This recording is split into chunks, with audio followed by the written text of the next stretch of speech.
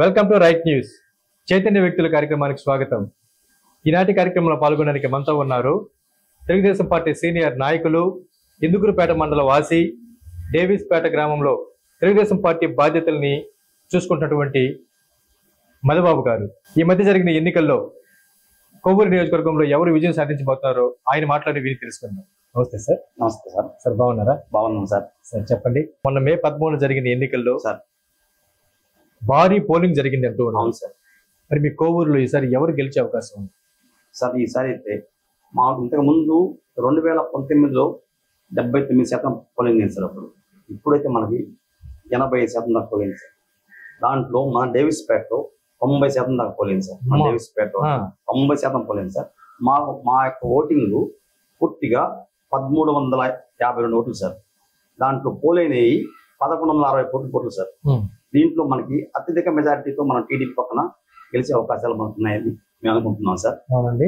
అది కాదు సార్, ఇంకోటి ఏంటంటే ఇప్పుడు గతంలో ప్రశాంత్ అక్క కొత్తగా ఎంటర్ అవ్వడం చెప్పండి సార్. ప్రశాంత్ అక్క నామి ఇప్పుడు కొత్తగా మనకి రావడం, కానీ గతంలో మనకి వసంత కుమార్ రెడ్డి వచ్చాడు, కానీ ఎన్నోసార్లు 6 సార్లు వచ్చా అంటున్నాడు. కానీ మనకి ఇక్కడ ఏమి అభివృద్ధి పనులు లేవు. ఎక్కడ పడ్డ పనులు, ఎక్కడ ఉన్న వర్క్లు అక్కడే ఉన్నవి.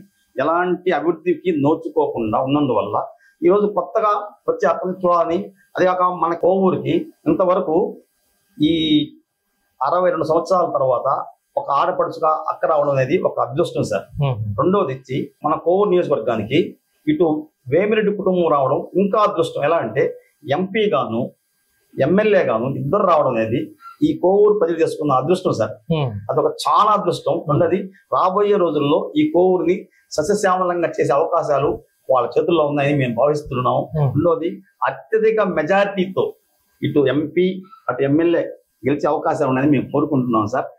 కారణం ఏంటి? తెలుగుదేశం పార్టీ అభ్యర్థిగా ఎమ్మెల్యే గాను ఎంపీ గాను వేమిరెడ్డి దంపతులు విజయం సాధించడానికి గల కారణం ఏంటి? ఏం వైఎస్ఆర్ కాంగ్రెస్ పార్టీ ప్రభుత్వం మేము సంక్షేమం అందిస్తున్నారు కదా, ఫెయిల్ అయిందే? ఇంకోటి సార్, గతంలో మనకి సంక్షేమాలు చెప్పారు సార్, ఎన్ని నవరత్నాలు చెప్పారు, కానీ ఫస్ట్ రత్నమే పడిపోయింది సార్. మద్యం నిషేధిస్తా అన్నాడు. అసలు మద్యం లేకుండా చేస్తాను, మళ్ళా 2024 ఎలక్షన్కి వస్తే అసలు మద్యమే లేకుండా చేస్తానని చెప్పిన జగన్మోహన్ రెడ్డి గారు ఈ రోజు మద్యం మీదనే రాష్ట్రాన్ని నడిపించే స్టేజ్ తీసుకొచ్చేస్తారు. ఎందుకంటే పేదవాళ్ళు ఉదయాన్నే పనికి వెళ్ళి మధ్యాహ్నం సాయంత్రం వాళ్ళకి వెళ్తే ఆ కూలి డబ్బులు వాళ్ళు సరిపోతున్నాయి సార్. ప్రతి ఒక్క లేడీ అంటున్నారు ఈ రోజుల్లో మాకు వచ్చే సంపాదన మా భర్తతో సాయంత్రం ఖర్చు పెట్టేస్తున్నారు సార్. సో అంటే ఎన్నికల్లో జగన్మోహన్ రెడ్డి గారు చెప్పిన హామీ నిలబెట్టుకోలేకపోయారు. అసలు ఫస్ట్ స్టాండ్ లో పోయారు సార్. ఇంకోటి సార్, ఇంకోటి ఏంటంటే అమ్మ ఒడి అన్నారు. అమ్మ ఒడి ఎంతవరకు వేస్తున్నారు సార్? ఈ ఊళ్ళో డేవిస్పేట సార్ మాకు 1300 ఓట్లలో 20 మందికి 25 మందికి వస్తుంది సార్ అమ్మ ఒడి. మిగతా వాళ్ళ ప్రశ్న సార్. సో అందుకని డేవిస్పేట ప్రజలందరూ తిరగబడ్డారా జగన్ మీద? పూర్తిగా సార్ అదే కాదు సార్, అదొక పాయింట్. ఇంకోటి ఏంటంటే నిత్యావసర సరుకులు సార్. ప్రతి ఒక్క నిత్యావసర సరుకులు అనేది మన అంగట్లోకి వెళ్తే అప్పుడు నెలకొచ్చి సామాన్య కుటుంబానికి 2000 నుంచి 3000 సరిపోయే సాధారణ కుటుంబానికి ఈరోజు 5000 నుంచి 10,000 కావస్తుంది సార్. ఎక్కడ తీసుకొస్తారు డబ్బులు చెప్పండి?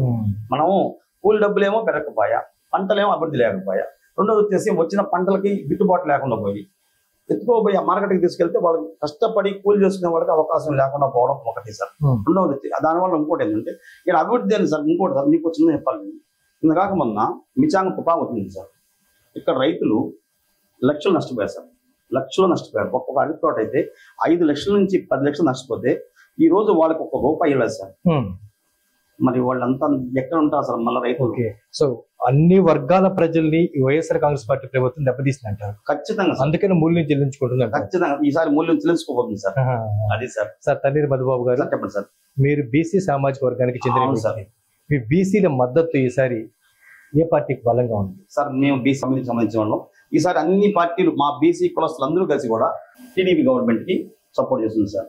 అది సార్. అంటే బీసీ ప్రజల్ని కాపాడుకునే విషయంలో వైసీపీ ఫెయిల్ అయిందే? చాలా విషయాల్లో ఫెయిల్ అయింది సార్. ఎందుకంటే 53 రకాల మన కార్పొరేషన్స్, ఆ కార్పొరేషన్స్ పెట్టి మీకు రకరకాల పద్ధతులు ఉన్నవి, ఇవన్నిటిని బీసీ కార్పొరేషన్ ద్వారా మీకు నిధులు ఇస్తామని చెప్పి ఎన్నెన్నో చేస్తానని చెప్పిన తర్వాత చివరికి ఆ బీసీ కుర్చీలు తప్ప అదేం లేవు సార్. పరిస్థితి కుర్చీలు తప్ప నిధులు లేవు సార్. బీసీలకి ఇంతకుముందు సార్ మనకి బీసీ కార్పొరేషన్ బీసీల కింద గతంలో టీడీపీ గవర్నమెంట్ ఆదరణ కింద ఎన్నో పథకాలు వచ్చింది సార్. మనకి పనిముట్లు ఇచ్చింది. ఎందుకంటే ఒక వర్క్ చేసుకునే వాళ్ళకి బీసీ ఆదరణ కింద గత గవర్నమెంట్ ఏం చేసిందంటే కుట్టు విషయంలో అయితేనేమి, ట్రాక్టర్లు అయితేనేమి, ఇంప్లిమెంట్ అయితేనేమి, ఎన్నెన్నో చిన్న చిన్న కుటుంబాలు కూడా ఆదుకోవడానికి ఒక అవకాశం ఇచ్చింది సార్. ఆదరణ పథకం ఈ రోజు ఎక్కడ ఉన్నాయి సార్ అసలు? ఎవరికి ఇస్తున్నారు అసలు? ఏమి లేదు. పోతే బీసీ కార్పొరేషన్ వచ్చే నిధులు ఏమయ్యాయి సార్? ఎక్కడ ఎవరిని అడగాలి సార్ చెప్పండి? ఇది కూడా మనం మైనస్ పాయింట్ కదా సార్ ప్రభుత్వ అధికారంలో ఉన్న ప్రభుత్వానికి. అయితే ఈ మధ్య కాలంలో ముఖ్యమంత్రి జగన్మోహన్ రెడ్డి గారు ప్రెస్ మీట్ పెట్టి సార్ 151కి పైగా మేము గెలవబోతున్నాం అని చెప్పి లండన్కి వెళ్ళిపోయారు. 151 కాదు సార్ ఆయన చెప్పింది. అసలు వై నాట్ 175 చెప్పారు సార్. ఇప్పుడు స్టార్టింగ్ ఆయన చెప్పింది మాస్టర్ ఏంటంటే మనం 175 150 గెలుస్తున్నాం అని అన్నారు సార్. మళ్ళీ ఇప్పుడు ఇంత మాట మాట్లాడారు సార్. ఈ 2-3 నెలల్లోనే ఆయన ఒక 6 నెలల ముందు వై నాట్ మనం ఎందుకు 175కి 170 గెలవడం లేదు చెప్పిన మహానుభావుడు సాయను. కానీ మరి మళ్ళీ ఇది మధ్య సార్ మాట మార్చడం రేపు ఏముంది సార్ ఆయన చేసిన పనికి. ఇంకోటి సార్, రాజధాని లేకుండా చేసిన మహానుభావుడు ఏనే సార్. మన రాష్ట్రానికి 29 రాష్ట్రాలు మనకుంటే ఆంధ్రప్రదేశ్ అసలు రాజధాని లేకుండా చేశారు. ఎవరన్నా చదువుకొని ఎగ్జామ్స్ రాయాలంటే మీ రాజధాని ఎక్కడ అంటే అగమ్య గోచరం సార్. అగమ్య గోచరంగా తయారైంది. ఇంకా ఎక్కడ సార్ మనం చదువుకున్నాం సార్. చదువుకునే రోజుల్లో మన రాజధాని అంటే హైదరాబాద్ ఉంది సార్. ఆ రోజుల్లో మన చదువుకున్నాం. ఈ రోజు ఎక్కడ హైదరాబాద్ మనకు లేకుండా పోయింది. ఉన్న రాజధాని ఏదో అమరావతి చేద్దామని దాన్ని తయారు చేస్తే ఈ రోజు అసలు అమరావతి లేకుండా పోయింది. ఇంకోటి సార్, మనకి ఆంధ్ర జీవనాడు అని చెప్పేసి పోలవరం చెప్పారు సార్. అసలు పోలవరం ఈ ₹1 పెట్టిన పాపం పోలేదు సార్. అదేమంటే కంప్లీట్ అయిపోయింది అని చెప్తున్నారు. కానీ ఈ 5 ఏళ్లలో జగన్మోహన్ రెడ్డి గారి పాలన బాగా చీకటి రోజుల్లాగా ఉంటుంది. చీకటి రోజులేదు సార్. అప్పులు ఆయన చేసేది అంతా ఏంటంటే అప్పు తీసుకొచ్చి ఒక చిన్న విషయం చెప్తా సార్. నాదే చిన్న కుటుంబం. నేను అప్పు తీసుకొచ్చి ఎంతకాలాన్ని ఈ కుటుంబాన్ని పోషించగలను సార్? అసలు ఈ కుటుంబాన్ని సంపాదించాలి, పోషించాలి. ఏదన్నా ఒక ఇండస్ట్రీ పెట్టడము లేకుంటే ఒక ఉత్పత్తి చేయడము, ఉత్పత్తి చేసుకొస్తే ఆ ఉత్పత్తిలో నుంచి అప్పులు తీర్చుకుంటూ ముందుకెళ్తేనే మన కుటుంబం బాగుంటది, మన రాష్ట్రం కూడా బాగుంటుంది సార్. మరి అలాగే ఎక్కడున్నా సార్ ఇది పెట్టిన 5 సంవత్సరాలు ఎన్ని ఇండస్ట్రీ పెట్టాడు సార్ చెప్పండి? ఎన్ని ఇండస్ట్రీలు పెట్టాడు? నేనేమంటానంటే 151 స్థానాల్లో మేము గెలిచి తీరుతామని జగన్ గారు అన్నారు. మరి మీరేమంటారు? మీ పార్టీ, మీ ఎన్డీఏ? మాకు ఎన్డీఏ పార్టీకి 110 నుంచి 130 సీట్లతో మనం గెలుస్తున్నాము పక్కాగా. పోతే మనకు జనసేన ఉంది, బీజేపీ అండగా ఉంది. మనం ఇంకా అంతగా ఎక్కువ గెలుస్తున్నాము. దానికోసం అధికారం కూడా మనకే వస్తుంది సార్. అంతేనా? అది సార్. సార్ మీ డేవిస్పేట గ్రామం సార్. ఇక్కడ మీ తెలుగుదేశం పార్టీ బాధ్యులుగా ఉన్నారు సార్. ఇక్కడ బీజేపీ జనసేన పార్టీ సంబంధం వాళ్ళు మీకు బాగా కష్టపడి పనిచేశారు. బాగా నెల్లూరు శ్రీనివాసులు సార్. అదే విధంగా మనకి రమేష్ ఉన్నారు సార్. రమేష్ వాళ్ళు మనకి జనసేన వాళ్ళు ఒకరు, బీజేపీ వాళ్ళు అందరూ మనకి సహాయ సహకారం చేశారు. పోతే మన ఇందుకుపేట మండలంలో హరియాణ కూడా మనకి ఇందుకుపేట గంగపట్నం హరియాణ కూడా మనకి హెల్ప్ చేస్తారు జనసేన. అందుకోసం మనకి ఇబ్బంది లేదు సార్ మన పార్టీ తరఫున. ఓవరాల్ గా మీ ఇందుకూరుపేట మండలంలో బాగా మెజార్టీ వస్తుందా ప్రశాంత్ రెడ్డి గారికి? ఈజీగా వస్తుంది సార్. 10,000 దాకా వస్తుంది సార్ ఇంచుమించు మన మెజార్టీ. మా ఇందుకూరుపేట మండలం 10,000 ఉంటుంది సార్. మీ మండల అధ్యక్షుడు మా పార్టీకి అండగా అన్ని కష్ట నష్టాలు ఆదుకున్నది మా వీరేంద్ర నాయుడు సార్. ఎందుకంటే గతంలో మనం పోలవరం రెడ్డి వారి కుమారుడైన దినేష్ రెడ్డి వచ్చినప్పుడు పార్టీని కష్టాల్లో కూడా నడిపించుకొచ్చి ఎన్నో కష్టాల నుంచి ఆయన అండగా ఉండి ఎక్కడ ఏది కావాలన్నా చేసుకొచ్చింది ఆయన సార్. ఎన్ని బాధలు వచ్చింది ఆయన పార్టీని వదిలిపెట్టిపోయాడు సార్. నేనున్నానంటూ ఒక ధైర్యంగా మాకు ఇచ్చినాడు సార్ ఆయన భరోసా. Okay sir. సో పార్టీ కష్టదశలో ఉన్నప్పుడు అవును సార్, ఇటువైపు వీరేంద్ర చౌదరి గారు, అటువైపు పోలవరం దినేష్ రెడ్డి గారు కష్టపడి నిలిపారు. అవును సార్. ఓకే. ఇప్పుడు వేమిరెడ్డి ప్రశాంత్ రెడ్డి గారు ఎలక్షన్ ప్రచారంలో భాగంగా మీ డేవిస్పేటకు వచ్చినప్పుడు ఓకే సార్ మీకు ఏమేమి హామీలు ఇచ్చింది సార్? సార్ మన దేవిస్పేటలో మాకు ఎస్సీ కాలనీ వచ్చేసి ఒక దేవాలయం ఇచ్చారు, ఎస్టీ కాలనీ వచ్చేసి ఒక శ్మశానం ఇచ్చారు. మనకి బీసీలకు వచ్చి ఒక కమ్యూనిటీ హాలు, ఒక వాటర్ ప్లాంట్ ఇస్తామని చెప్పారు సార్. అందుకోసం అక్క రాగానే మీ అన్ని చేయించడానికి మేము ప్రయత్నం చేస్తాం సార్. అక్క యొక్క ప్రయత్నంతో మన అన్ని పనులు చేయించాలనుకుంటున్నాం. ఇంకా చెప్పండి సార్. ఎలా మీతో మేడం గారితో కలిసి మాట్లాడేటప్పుడు మిమ్మల్ని ఎలా దగ్గర తెచ్చుకుంటారు సార్? సొంత సోదరులాగా దగ్గర తీసుకుంటారు వరకు సార్. మేము అక్కడ 2 సార్లు ముద్దాకి వెళ్తాను. నేను చాలా బాగా మాట్లాడతారు. ఎప్పుడు కూడా తమ్ముడులాగా మనకి ఇబ్బంది లేకుండా చేసేవారు. అవతల పక్క ప్రసన్న కుమార్ రెడ్డి గారు చాలా సుదీర్ఘ రాజకీయ అనుభవం కలిగిన వ్యక్తి. అవును సార్. ఈసారి ఆయనకి ఓటమి తప్పదంటారా? ఆయన చేసుకున్నా సార్. మనకున్న వాళ్ళందరినీ పాంగొట్టుకోవడమే మన యొక్క బాధ సార్. ఆయనకున్న వాళ్ళు ఇందుకూరుపేట మండలంలో కళ్యాణ్ రెడ్డి అయితేనేమి, దేవుడు చంద్రమోహన్ రెడ్డి అయితేనేమి ఆయనకి నిత్యం ఆపుతుంది సార్. అలాంటి వాళ్ళే ఈ రోజు లేకుండా దూరం పోయారంటే మన మండలంలో ఇంకా ఆయనకి చెప్పాల్సిన ప్రత్యేకత ఏం లేదు. పోతే ఇంకోటి ఏంటంటే సార్, ఇంకోటి మా డేవిస్పేటలో ఎంట్రన్స్ సార్, అక్కడ 6వ మైల్ సెంటర్ ఒక బ్రిడ్జి సార్. ఆ బ్రిడ్జిని ఆయన 6 సంవత్సరాల నుంచి నేను ఎమ్మెల్యేగా 6 సార్లు ఎమ్మెల్యే గెలిచి అంటున్నారు సార్. ఆ బ్రిడ్జిని ఈ రోజుకి దాన్ని చేసిన పాపం పోలేదు సార్.